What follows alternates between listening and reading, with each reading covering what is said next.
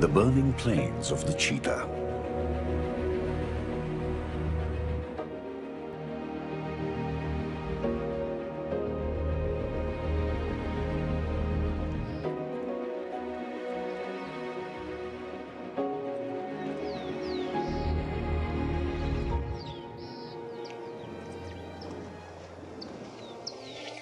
चीता इस गर्मी से अच्छी तरह निपट सकते हैं और उसे कुछ ऐसी तरकीबें पता हैं जिनके जरिए जरूरत पड़ने पर ये अपने शरीर के तापमान को घटा सकता है।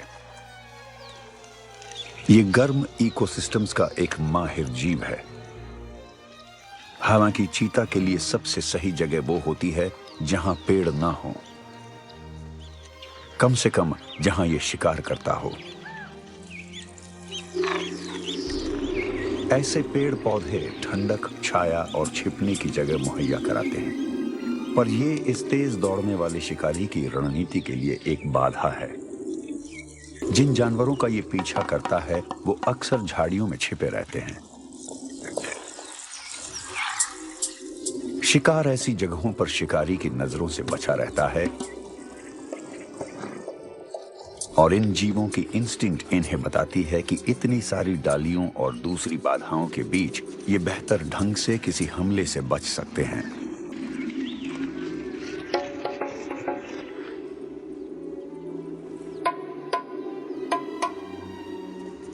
ये मादा चीता ईलैंड्स और ज़ीब्रास के एक मिले जुले झुंड का पीछा कर रही है। किसी ज़ीब्रा का वजन लगभग 300 किलो और ईलैंड का वजन 440 किलो से 1 टन तक हो सकता है। ये दोनों ही प्रजातियां इसकी पहुंच से बाहर हैं, लेकिन इस शिकारी को एक संभावना नजर आ रही है।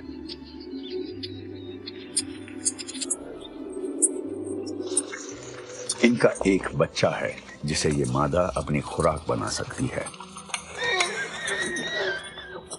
लेकिन इसके लिए इसे इस झुंड को खुले इलाके की तरफ खदेड़ना होगा जहां इसका परड़ा भारी हो, बशर्ते समय रहते ये इसकी मौजूदगी का पता ना लगा पाएं।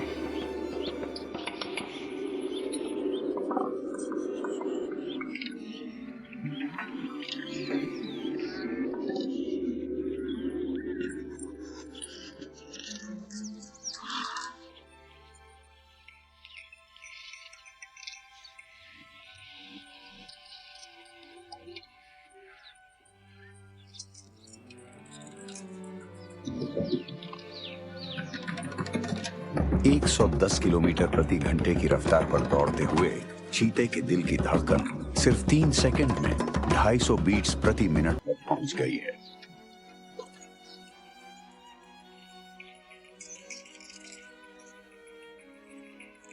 इसका शरीर बहुत तेज रफ्तार पर कैलोरीज को फूंक रहा है और इसके शरीर का तापमान यूं बढ़ गया है जैसे इसे बुखार हो गया हो।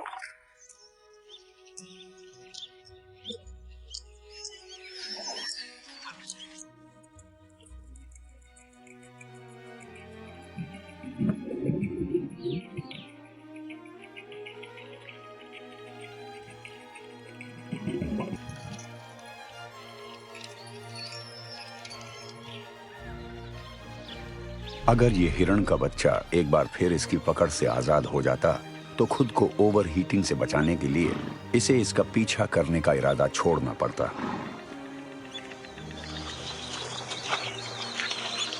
लेकिन आज इसके बच्चे एक ईलैंड के लजीज मांस का लुत्फ उठाएंगे। हालांकि इन्हें अपनी मां का थोड़ा इंतजार करना पड़ेगा ताकि उसकी सांस में सांस आ जाए।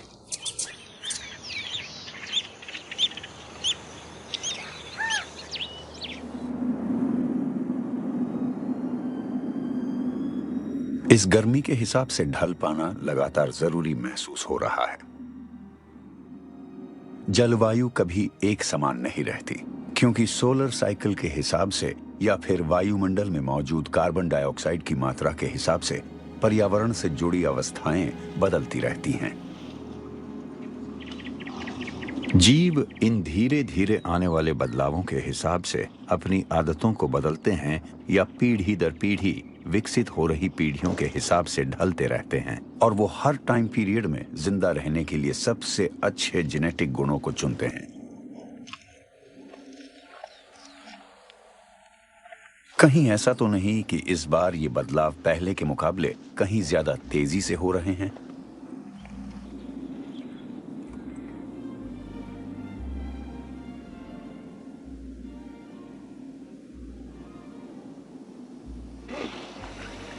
शायद कुछ जीव प्रजातियां तापमान में इतनी तेजी से होने वाले बदलावों को नहीं झेल पाएंगी, खासकर वो जो पहले ही असहनीय गर्मी के मुहाने पर जी रही हैं। उनके सामने शायद और ज्यादा मुश्किल वक्त आ जाए।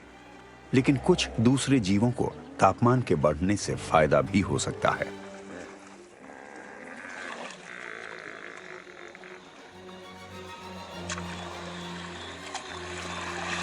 इसके अलावा कोई भी दूसरा जीव ट्रॉपिकल सन की किरणों का सामना लगातार नहीं कर सकता। बिन छाया, बिन पसीने और बिन तकलीफ के।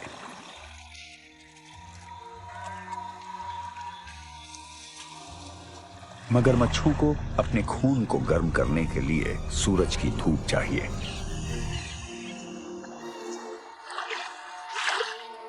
ये जीव एक्टोथर्मिक हैं। ये फैट या शुगर्स को जलाकर अपने शरीर को गर्म नहीं कर सकते और इन्हें ऑप्टिमल बॉडी टेम्परेचर तक पहुंचने के लिए धूप सेकनी होती है, जो इनके लिए है 18 से 33 डिग्री सेल्सियस के बीच।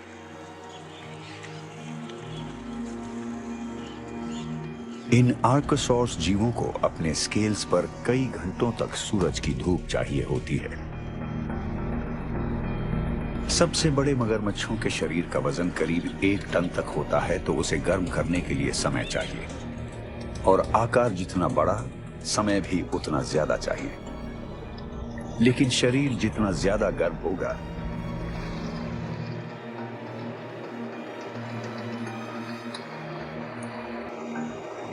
इनकी रफ्तार उतनी ही बढ़ेगी।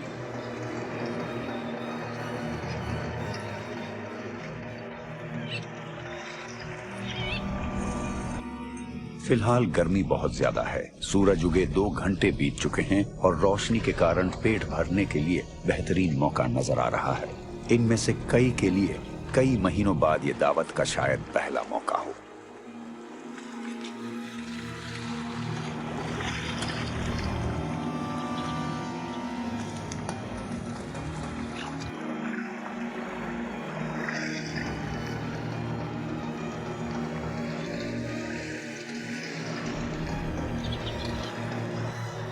विशाल नाइल क्रोकोडाइल्स साल में सिर्फ एक बार खुराक लेकर भी जिंदा रह सकते हैं, बशर्ते यह शिकार बड़ा हो।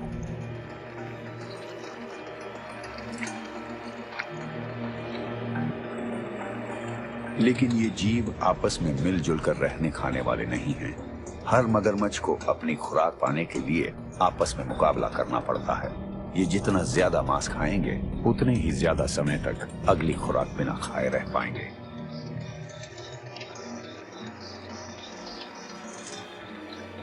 फिर भी मगरमच्छ शिकार को शांति से एक एक करके खाते हैं। अपने इसी नियम की वजह से ही ये एक दूसरे को नहीं खाते।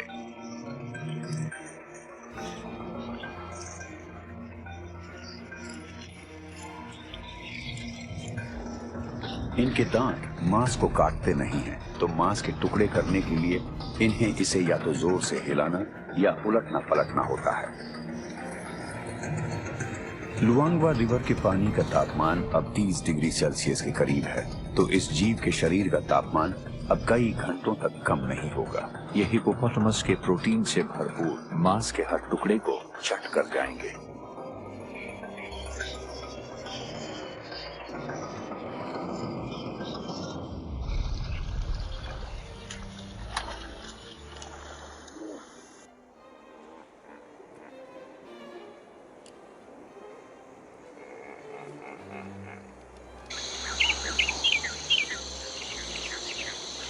अपने शिकार का पीछा करने के बाद चीते थक चुके हैं।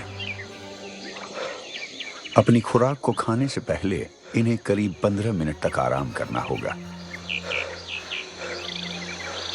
पहले इन्हें अपनी सांस की गति सामान्य करके शरीर के तापमान को भी सामान्य करना होगा। सिर्फ 4 सेकंड में 110 किलोमीटर की रफ्तार हासिल करने और इस रफ्तार को कायम रखने के लिए जबरदस्त कैलोरीज की जरूरत होती है और इनका शरीर बहुत जल्द करीब 41 डिग्री सेल्सियस तक गर्म हो जाता है, जैसे इन्हें बुखार हो गया हो।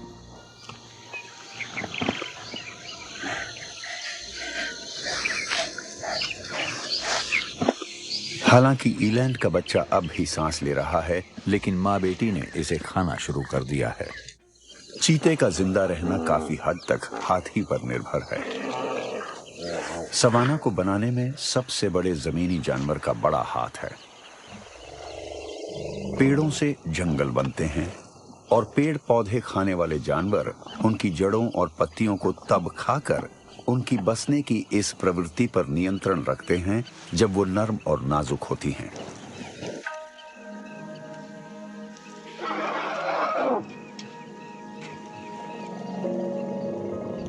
खाना और डालियों और लकड़ी को तोड़ना इन विशाल हाथियों का एक अनोखा काम है।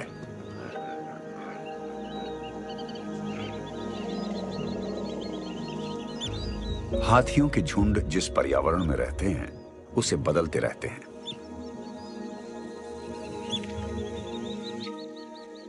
पेड़ पौधों पर इनका प्रभाव काफी महत्वपूर्ण होता है और किसी इकोसिस्टम में जो भी दूसरे जीव रहते हैं उनकी जिंदगियों पर इसका काफी गहरा असर पड़ता है।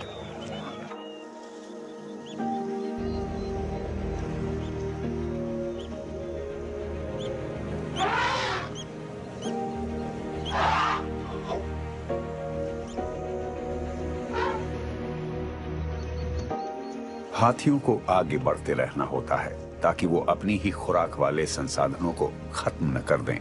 तो ये जीव लंबे लंबे प्रवास करते हैं और घूमकर उसी जगह आकर खुराक लेने में बरसों का वक्त लग जाता है और इस तरह पेड़ों को इनके जबरदस्त हमलों से संभलने का पर्याप्त समय मिल जाता है। लेकिन ये तो एक थ्योरी है, एक आइडिया कि सब कुछ कैसा होना चाहिए।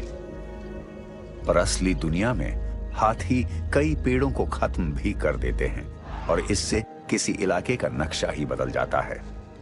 और सवाना ऐसी ही जगह है जहां पेड़ नहीं होते।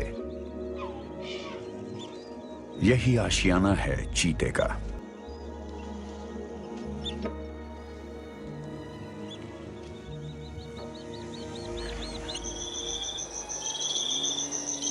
इकोसिस्टम या पर्यावरण प्रणालियां उन जीवों के बीच दिलचस्पी वाला एक पेचीदा नेटवर्क हैं जो एक ही जगह को आपस में बांटते हैं।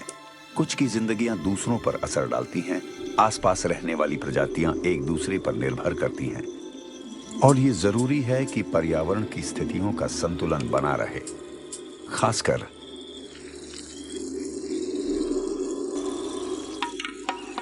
शिकारियों और शिकार के बीच।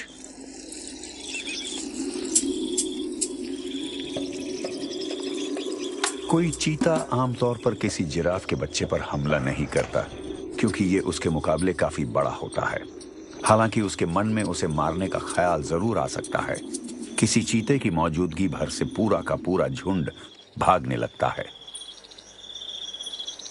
हालांकि चीते जिराफ की आबादियों पर कोई असर नहीं डालते, लेकिन जिराफ उन पेड़ों और झाड़ियों के घनत्व पर जरूर असर डालते हैं जिनसे होकर शिकारी दौड़ता है। और अगर जिराफों की संख्या ज्यादा हो जाए तो फिर पेड़ पौधे गायब भी हो सकते हैं और अगर शिकारी नहीं होंगे तो यही बात किसी भी इकोसिस्टम के घास खाने वाले जीवों पर भी लागू होगी।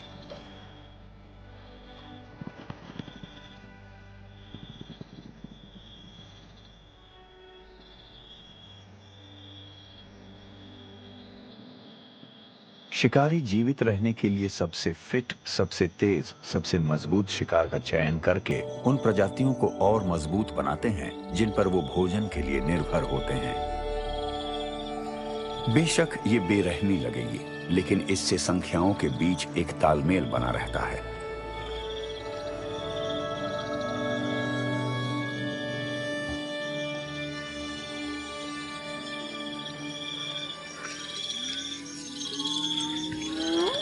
जिराफ बहुत ही खास किस्म के जीव हैं और इतने ऊंचे होने के बावजूद ये बहुत तेज गर्मी को भी झेल लेते हैं। अपनी ऊंचाई के बल पर ये उन पत्तियों को भी खा लेते हैं जिन तक कोई और नहीं पहुंच सकता, लेकिन इनकी बनावट का विकास गर्मी से भी करीब से जुड़ा है।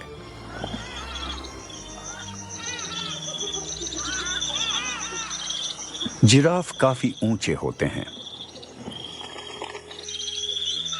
और अपने इस लंबे आकार के कारण वो काफी हद तक धूप से बच जाते हैं।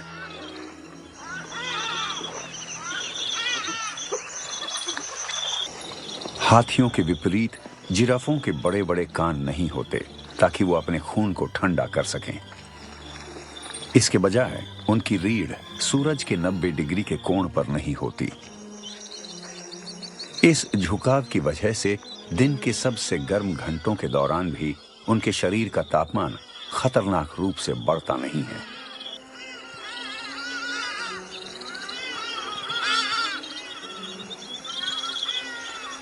बायोलॉजिकल तौर पर बड़ा शरीर होना बहुत पेचीदा मसला है। इन विशाल जीवों का बहुत ही डरावना थर्मल इनर्शिया होता है, क्योंकि इनकी वॉल्यूम और इनकी त्वचा के सरफेस एरिया का अनुपात बहुत छोटा होता है और इस वजह से छोटे जानवरों के मुकाबले इनके लिए खुद को ठंडा रखना कहीं ज्यादा मुश्किल काम हो जाता है।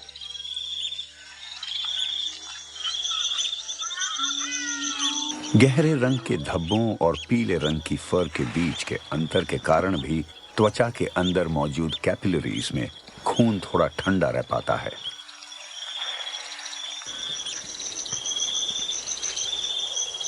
इनके शरीर के हल्के रंग वाले हिस्से गहरे रंग के हिस्सों के मुकाबले कम तापमान कायम रखते हैं और इसकी वजह से इनके आसपास हवा का हल्का लेकिन लगातार बहाव पैदा हो जाता है।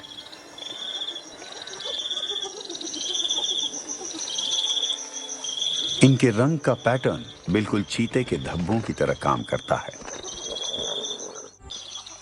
इन तपते मैदानों में छोटे छोटे जीवों को भी इस बेहिसाब गर्मी को झेलने के लिए अपने आकार, अपने रंग या अपने व्यवहार में बदलाव करने पड़ते हैं।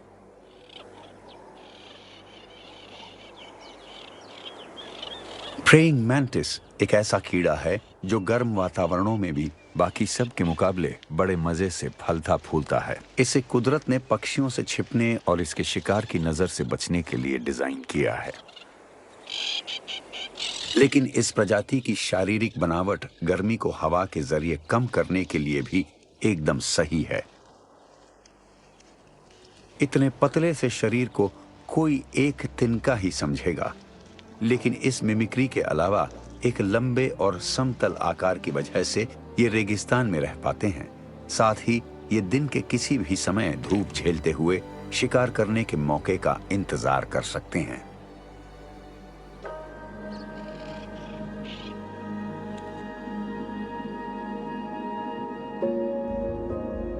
यहां जमीन पर मौजूद बेहिसाब रास्ते ये दर्शाते हैं कि इस जगह पर से बड़े बड़े झुंड गुजरते रहे हैं।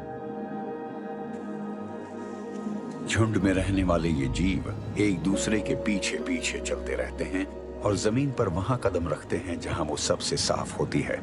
इसी तरह ये रास्ते बनते हैं।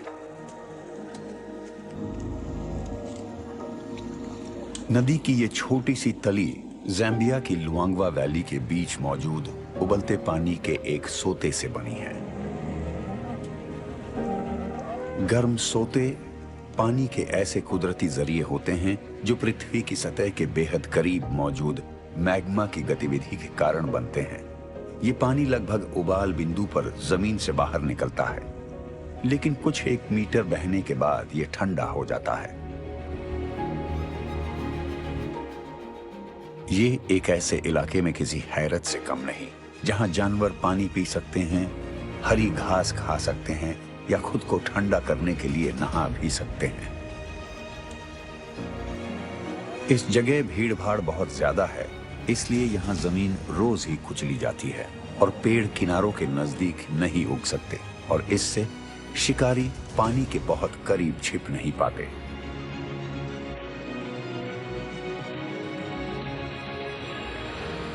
सवाना में बदलाव सिर्फ हाथियों के जरिए ही नहीं आते हैं।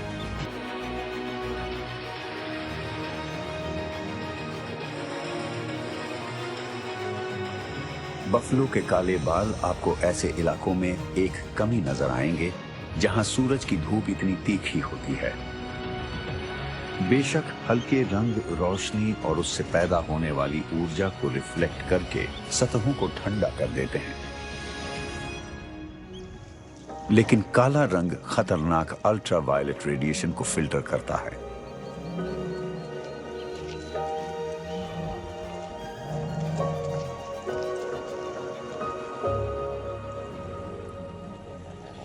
जहां तापमान ज्यादा होता है वहां अक्सर कुदरती मौतें होती रहती हैं।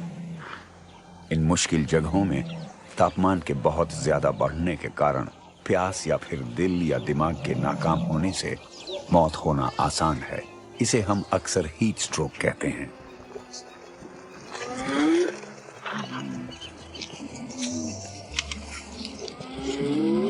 इतनी गर्म जगह पर स्कैवेंजर्स यानी मुर्दाखोर जीवों के पास शिकार से जुड़े खतरों को उठाए बिना पेट भरने के बेहिसाब मौके होते हैं।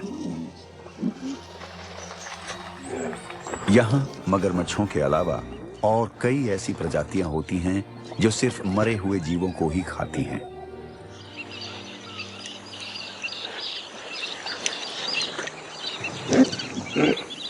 ये स्कैवेंजर्स चीते के शिकार को भी चुरा लेते हैं।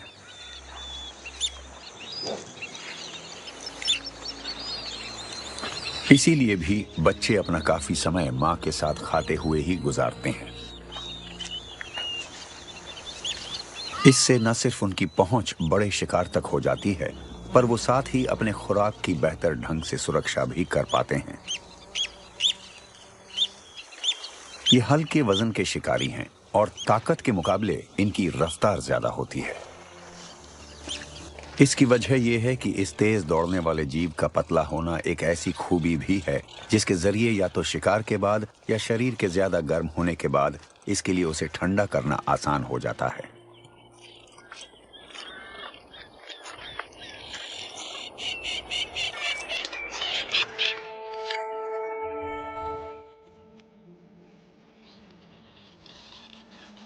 बाकी दूसरी बिल्लियों की ही तरह चीता को खाल के जरिए पसीना नहीं आता है। जिन इकलौते पोर्स के जरिए इसके शरीर का लिक्विड निकलता है वो या तो इसके पंजों में होते हैं या शरीर के पीछे वाले हिस्से में, और इन ग्रंथियों का काम गर्मी से राहत मुहैया कराने के बजाय अपने इलाके की निशानदेही करना होता है। अपनी जीभ के जरिए खुद को चाटना केवल खुद को साफ करने की प्रक्रिया ही नहीं है। ऐसा करके ये न तो सिर्फ अपने बालों को सहेज रहे होते हैं और ना ही परजीवियों को हटा रहे होते हैं, बल्कि ये तो अपने थूक के जरिए अपनी खाल के तापमान को घटा रहे होते हैं जो भाप बनकर उड़ जाता है।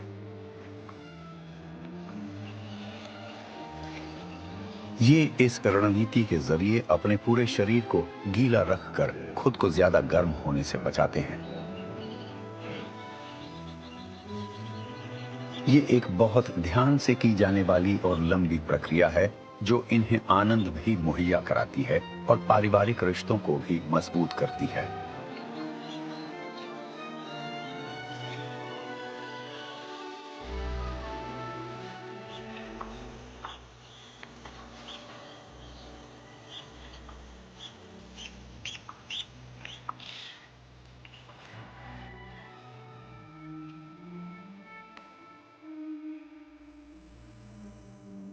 कीड़ों को भी खुद को साफ करना अच्छा लगता है जब तक कोई इन्हें तंग नहीं करता। ये लगातार इस काम में जैसे खोए से रहते हैं। शरीर की ठीक से सफाई जरूरी है।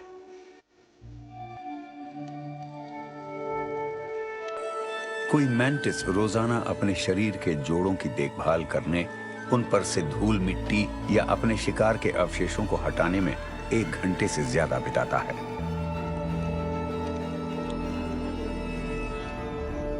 इस मैंटिस को नमीबिया की तेज धूप झेलनी पड़ रही है, लेकिन अपने आसपास मौजूद गिनी चुनी हरी झाड़ियों में से एक की छाया इसे गर्मी से भी बचाती है और दूसरों की नजरों से भी। इसके रंग और आकार पौधों की टहनियों से मेल खाते हैं और इस तरह छिपे रहकर ये तेज धूप वाले समय में भी शिकार का इंतजार कर सकते हैं।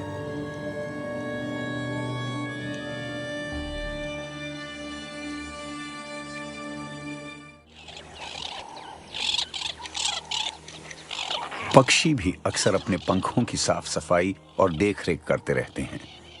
इनके ये पंख रेप्टाइल्स यानी रेंगने वाले जीवों के स्केल्स के विकसित होने पर बने हैं। पंखों का असली काम था हवा की एक परत को बनाए रखना जो थर्मल इंसुलेशन का काम करती थी। फिर लाखों साल बाद जानवरों ने पंखों का इस्तेमाल उड़ने के लिए शुरू किया।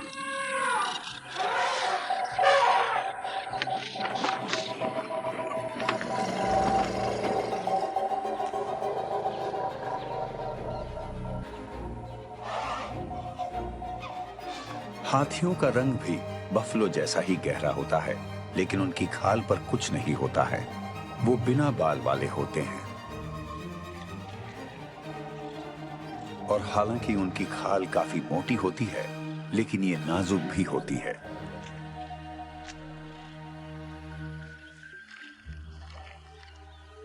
सूरज की किरणें उनके विशाल और असुरक्षित शरीर पर पड़ती रहती हैं।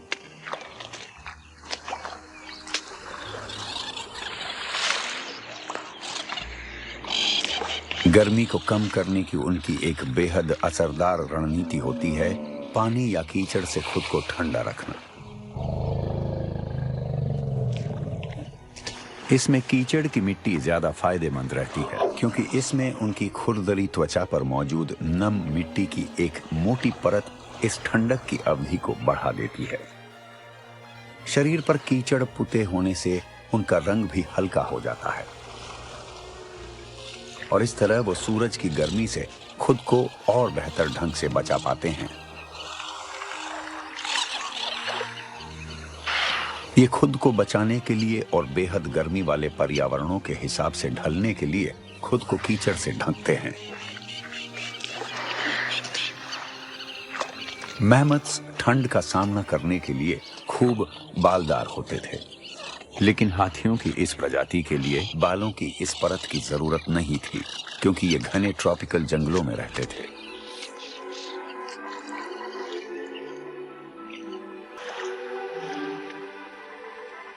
यहां जिंदा रहने के लिए जहां इन्होंने ज्यादातर पेड़ पौधों को खा लिया है, इन्हें अपने व्यवहार को बदलना पड़ा ताकि जिस चीज का हल जेनेटिक्स से नहीं निकला उसका कोई समाधान ढूंढा जा सके।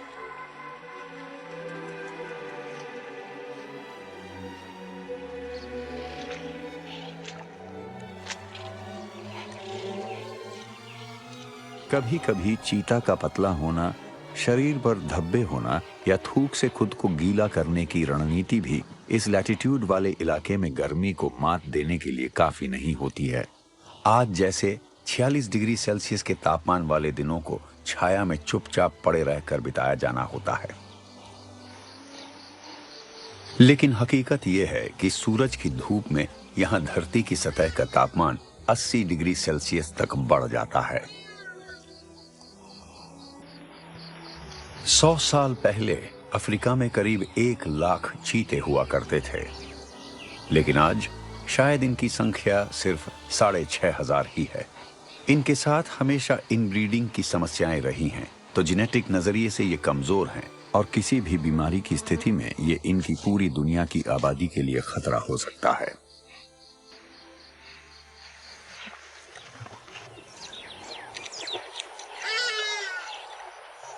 शेरों और दूसरी जंगली बिल्लियों के लिए फीलाइन कोरोना वायरस से होने वाली मृत्यु दर सिर्फ 1% है।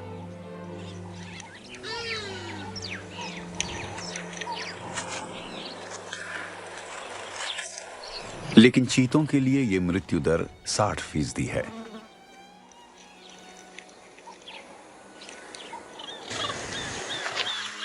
गर्म अफ्रीका में रहने वाले सभी जीवों के सामने वैसी ही समस्याएं हैं जैसी हमारे पूरे ग्रह पर प्रकृति के सामने है, लेकिन यहां तापमान में बढ़ोतरी होने से जिंदा रहने के मौके और घट जाते हैं।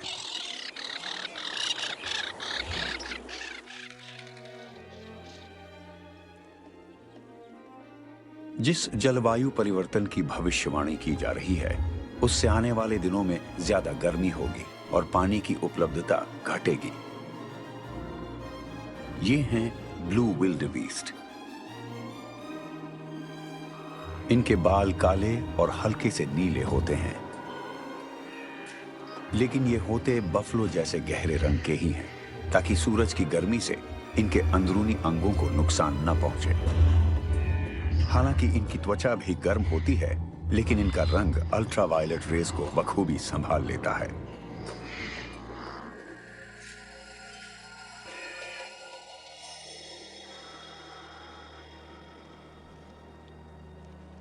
पेड़ पौधों को भी गर्मी के हिसाब से ढलना होता है, जैसे जीवों को। यहां हर पौधे पर कांटे हैं और इनकी पत्तियां रोल कर जाती हैं। ये एक खास तरह का बदलाव है, ताकि भाप के जरिए इनका पानी न उड़ जाए। और घास फूस खाने वाले जानवरों के बेलगाम हमलों से बचने का भी ये एक बढ़िया तरीका है। किसी भी इकोसिस्टम में पौधे ऊर्जा का प्रमुख स्रोत होते हैं, और नमीबिया के एटोशा पैन के छोर पर मौजूद है दुनिया की एक बहुत ही खुश्क जगह। यहाँ इन झाड़ियों का मतलब है खाना और पानी। यहाँ जानवरों ने अपनी खुराक से ही पानी हासिल करना सीख लिया है।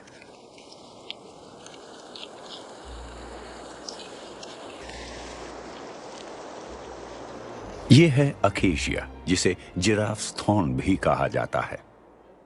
ये दक्षिणी अफ्रीका के सबसे सूखे और गर्म इलाकों में उगने वाली सबसे दमदार किस्मों में से एक है। इसके कांटे बहुत ही तीखे और इंसान की किसी उंगली जितने लंबे होते हैं, लेकिन जिराफ जानते हैं कि इनसे कैसे निपटना है।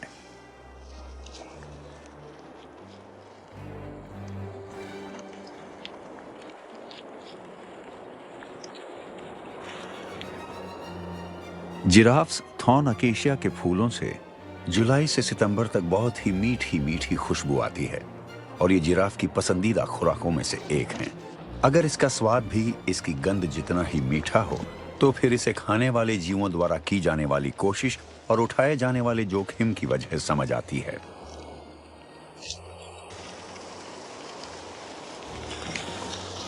अकेशियास पेड़ पौधे खाने वाले जीवों से खुद को बचाने में बहुत ही माहिर होते हैं, तो वो अपनी हिफाजत सिर्फ कांटों के जरिए ही नहीं करते। जब अकेशियास को यह लगता है कि उन्हें कोई काट रहा है, तो वो टैनिन्स छोड़ते हैं, जो जहरीले और बहुत ही कड़वे होते हैं और घास फूस खाने वाले जीवों को बिल्कुल अच्छे नहीं लगते। साथ ही ये पेड़ हवा में एथिलीन भी छोड़ते हैं। ये एक खामोश केमिकल अलार्म है, जिससे आसपास के अकेशिया के पेड़ भी इन टैनिन्स को छोड़ने लगते हैं। इस तरह कोई भी घास फूस खाने वाला जीव या शाकाहारी जीव इन्हें ज्यादा समय तक नहीं खा सकता, उसकी मौत हो जाएगी।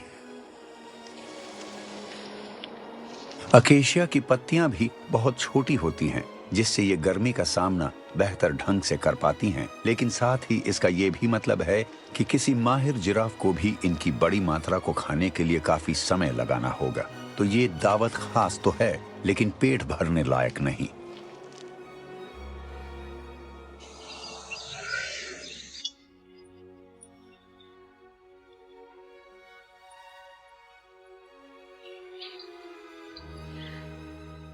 कोई हाथी कांटों वाली झाड़ियों को पूरा खा सकता है, उसे उसकी सबसे कोमल पत्तियों को चुनने की जरूरत नहीं होती। लेकिन ऐसे किसी विशाल नर को रोजाना 200 किलो पत्तियां वगैरह खानी होती हैं।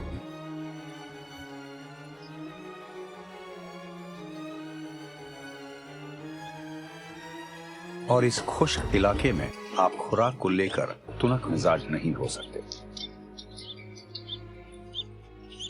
देखने से लगता है कि जिराफ थॉर्न के हैरत अंगेज केमिकल का हाथियों पर अलग साइड इफेक्ट हो सकता है।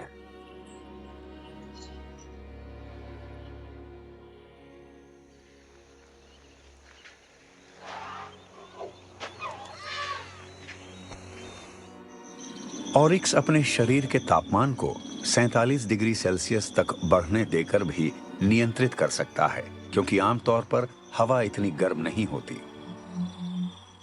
ये हिरण प्रजाति बेहद गर्मी में रहने के मामले में काफी माहिर है। ये सबसे सूखी घास में से भी नमी को निकाल लेता है।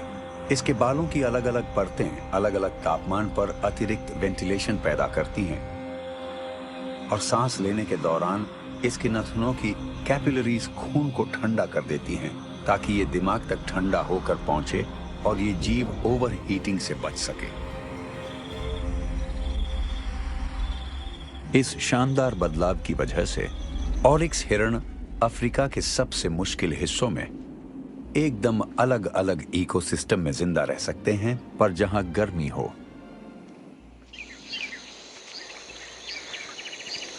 हालांकि ऑरिक्स जहां भी मुमकिन हो पेड़ पौधों के बीच आशियाना ढूंढते हैं, क्योंकि वहां हवा ज्यादा नम और ताजी होती है और यहां पर शिकारियों के लिए इन्हें ढूंढना भी ज्यादा मुश्किल होता है।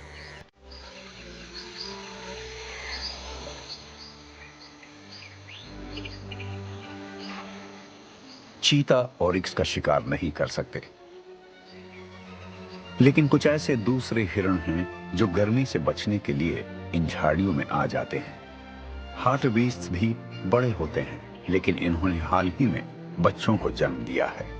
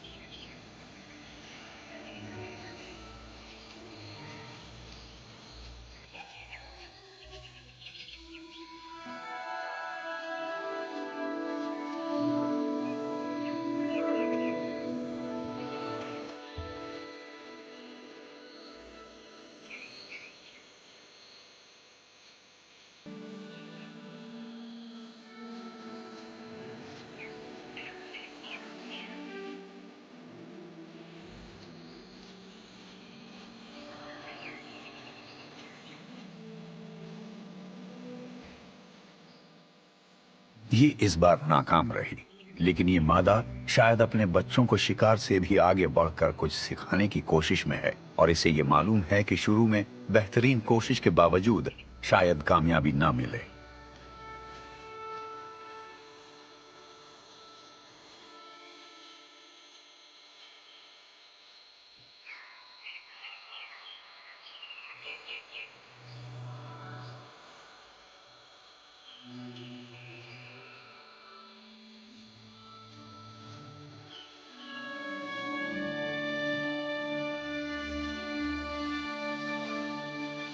बच्चों का आकार अब अपनी मां जितना हो चुका है।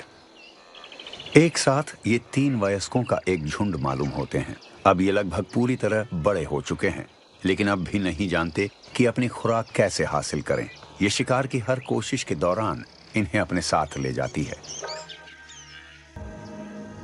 ताकि ये देख सकें कि ये काम कैसे होता है। लेकिन हर हमले के दौरान मदद के बजाय ये बच्चे इसके लिए मुसीबत ज्यादा बन जाते हैं। शिकार बनने वाले जानवरों को एक के बजाय 3 चीते ज्यादा आसानी से दिख जाते हैं। साथ ही ये नहीं जानते कि छिपा कैसे जाए। कभी कभी तो इन्हें ये भी नहीं मालूम होता कि दौड़ने के लिए सही दिशा कौन सी है। हार्टबीस्ट बहुत तेज दौड़ने वाले हिरण हैं और अगर इन्हें बेहद करीब से अचानक न पकड़ लिया जाए तो ये भागकर झाड़ियों में घुस जाते हैं।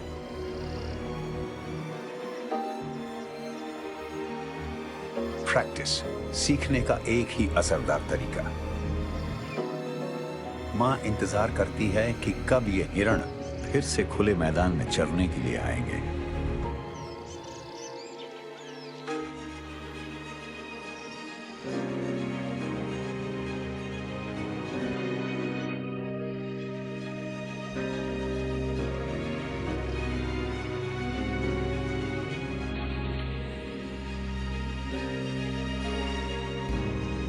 अब ये सिर्फ बच्चों पर ही अपना ध्यान केंद्रित करेगी।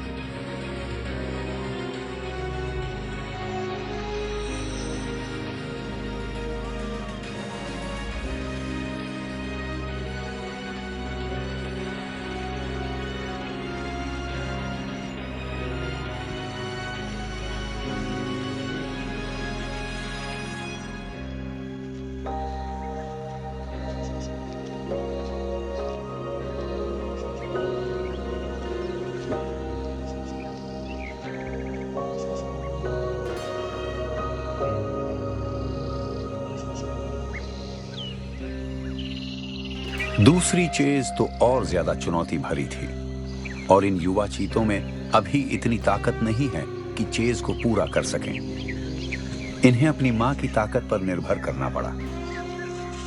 मां को जल्दी ही उन्हें सही सबक देने होंगे ताकि वो खुद अपना पेट भरना सीख सकें।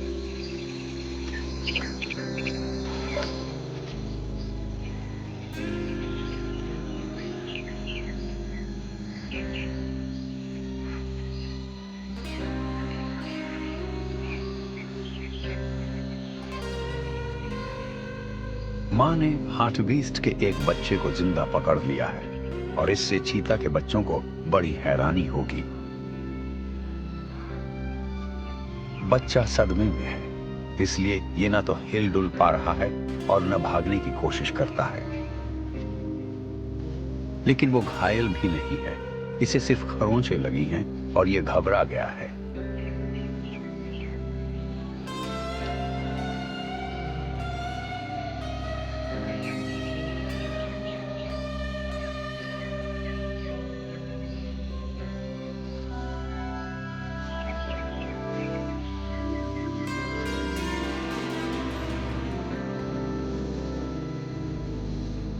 मां चीता यहां से चली जाती है।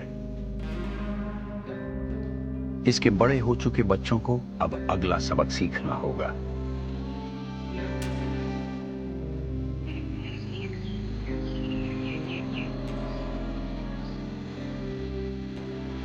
इन्हें पहली बार शिकार को मारना होगा, लेकिन इन्हें यह समझ ही नहीं आ रहा है कि शुरुआत कहां से की जाए।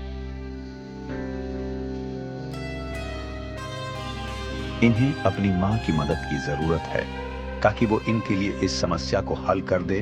ये घबराए हुए हैं और समझ नहीं पा रहे हैं कि मां इनकी मदद क्यों नहीं कर रही। आज से पहले तो इन्होंने कभी ऐसी सनसनाहट महसूस नहीं की थी। इनकी इंस्टिंक्ट को इन्हें रास्ता दिखाना चाहिए और इनका अनुभव ही इन्हें बताएगा कि घटनाओं की इस नई कड़ी में क्या कुछ गायब है।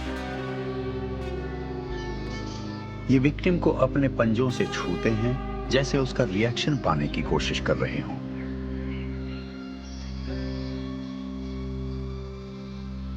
लेकिन क्योंकि कुछ नहीं हो रहा है तो इनमें इनके हमलावराना तेवर भी नहीं जाग रहे हैं। ये तो उसकी स्किन को चाट भी रहे हैं। काटने से पहले सभी बिल्लियां ऐसा करती हैं, लेकिन वो ये कदम भी नहीं उठा रहे। इन्हें बहुत थोड़े वक्त में अब भी बहुत कुछ सीखना है।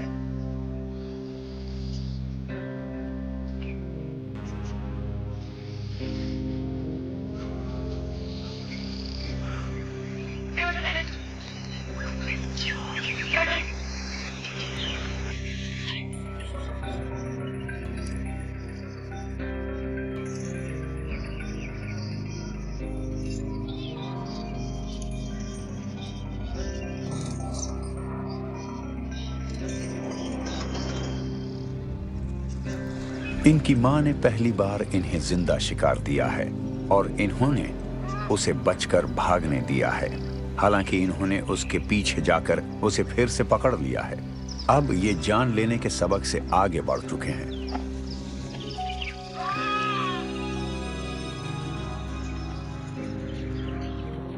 बचकर भागने की कोशिश से इनकी शिकारी वृत्ति जाग गई है।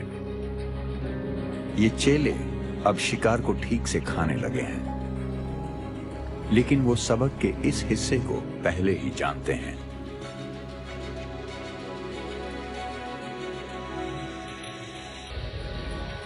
कुछ ही महीनों में वो अपने तमाम सबक पूरा कर लेंगे और सदर्न अफ्रीका के तपते मैदानों के असरदार शिकारी बन जाएंगे।